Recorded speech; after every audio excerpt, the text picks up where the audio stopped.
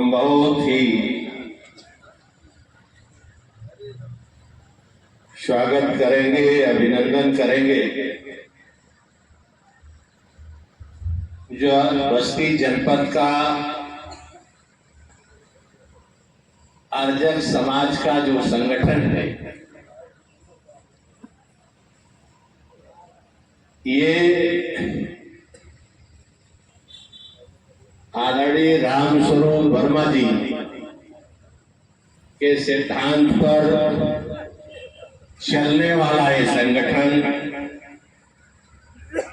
आज इस घोषा की धरती पर सरदार पटेल जी का जयंती मना रहे हैं। इसके लिए इस संगठन को हम अपने तरफ से, अपने दल की तरफ से हृदय से उनको बधाई देते हैं।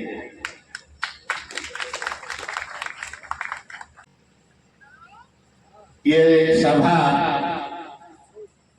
आदरणीय सरदार पटेल जी के जयंती पर आयोजित है। वैसे तो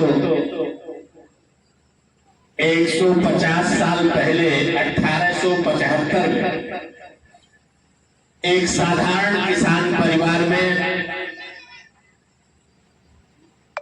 गुजरात प्रांत में सरदार पटेल जी पैदा हुए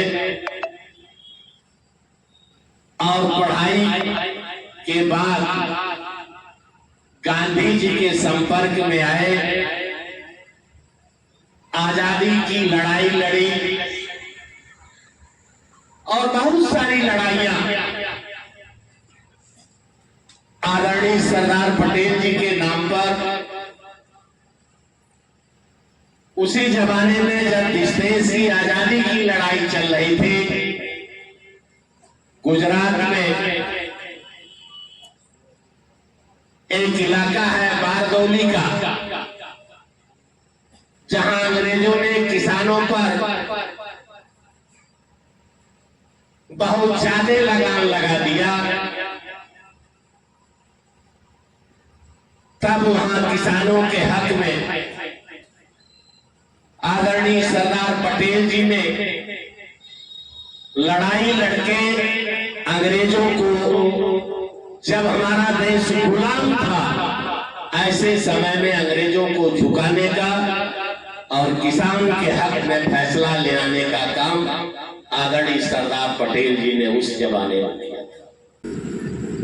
42-43 में बाबा साहब ने ही लिख दिया था कि पिछड़े समाज के लोग जब इस देश में कोई निर्वाचित सरकार बनेगी, वो पूरे हिंदुस्तान की जांच करेगा कि आर्थिक रूप से, सामाजिक रूप से, शैक्षिक रूप से कौन लोग इस देश में पिछड़े हैं, उनको भी आरक्षण देने का काम होगा। आपको याद होगा, तमाम हमारे पढ़े लिखे संविधान के जानकार लोग बैठे हैं। काका कालेलकर आयोग बना, उसने जांच किया, उसने नहीं हुआ और वो जांच, उनकी रिपोर्ट रद्दी की टोकरी में चली गई। 77 में जनता पार्टी की सरकार बनी, चौधरी चरण सिंह देश के गृह मंत्री बने।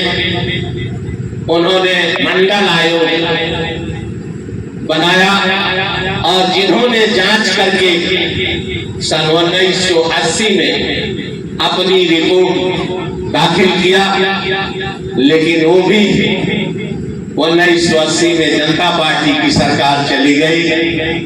फिर भी पिछड़े समाज के लोगों को आपको आरक्षण नहीं मिल पाया। 89 आया, जनता दल बना और जनता दल का जब घोषणा पत्र बना तो उसमें पहली लाइन में लिखा गया था, पहली लाइन में ही लिखा गया था कि जनता दल की सरकार बनी तो मंडल आयोग की रिपोर्ट लागू करने का काम। आपको याद होगा 89 में जो सम्मानित बुजुर्ग लोग हैं, 89 में जनता दल की सरकार बनी और बीत गया 10-11 महीना। उस जमाने में आदरणीय मुलायम सिंह सिंह यादव जी उत्तर प्रदेश के मुख्यमंत्री थे। आपके आशीर्वाद कृपा से किसानों की बदौलत हम भी निर्वाचित होंगे देश की पार्लियामेंट में। उस जमाने में गए थे 89 में, 11 महीना बीत गया, तब आदरणीय मुलायम सिंह जी ने बुलाया अपने समर्थक एमपीओ को और उन्होंने कहा एमपी बन के सुख सुविधा भोगने के लिए उत्तर प्रदेश की जनता आप लोगों को नहीं मिली। जो आपने वादा किया था कि मंडल आयोग की रिपोर्ट लागू होगी, उस वादे का जरा आप ध्यान करना। मुझे याद है मैं उस देश की पार्लियामेंट में था। हमारे जैसे पिछड़े समाज के किसान परिवार के उत्तर प्रदेश से, बिहार से तमाम नौजवान उस समय निर्वाचित होकर देश की पार्लियामेंट में आए थे और उसी पार्लियामेंट में नारा दिया मंडल आयोग लागू करो वरना कुर्सी खाली करो।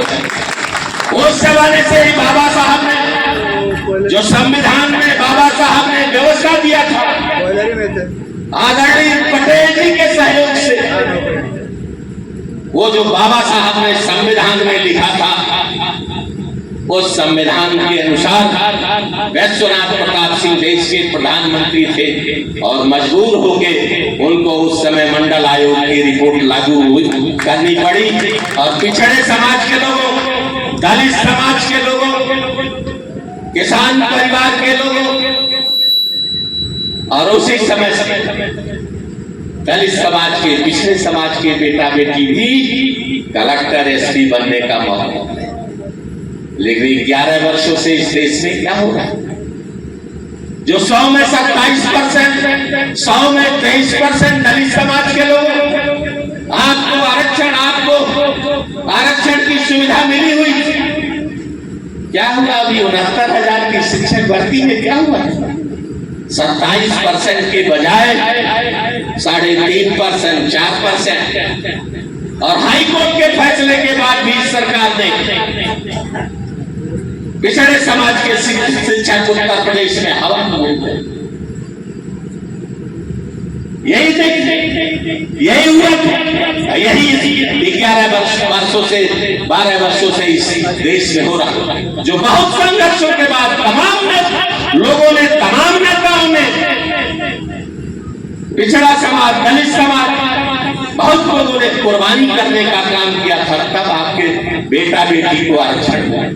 आज वो भी समाप्त हो, गुमराह करके जिनके हाथ में आज उत्तर प्रदेश देश की सरकार है, वो गुमराह करके आपका मिला हुआ हक धीरे धीरे इसी नाते आज नारा लग रहा है, इसी नाते आज नारा लग रहा है, बोल रहे हैं कि संविधान की रक्षा करो, संविधान की रक्षा करो। जो भी संविधान के अनुसार मिला है, इस नाते हमारे नेता आज पीडीए की बात कर, कुछ लोग, बड़े समाज के लोग इसकी चर्चा नहीं कर, ये ठीक है।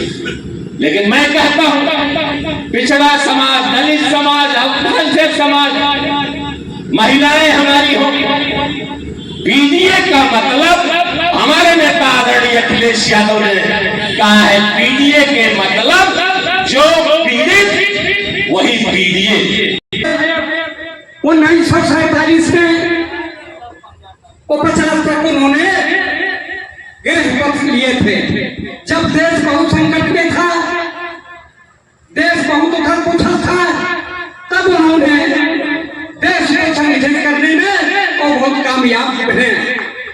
उस समय नेहरू प्रधानमंत्री थे, विदेश जा रहे थे, अगर वही मौका ना होता तो आज रोकने ना होता, तो आज झगड़ा नहीं होता, सारे रियासत जो झगड़ा चल रहा आज खत्म कर दिए होते। इसी के नाते दुनिया में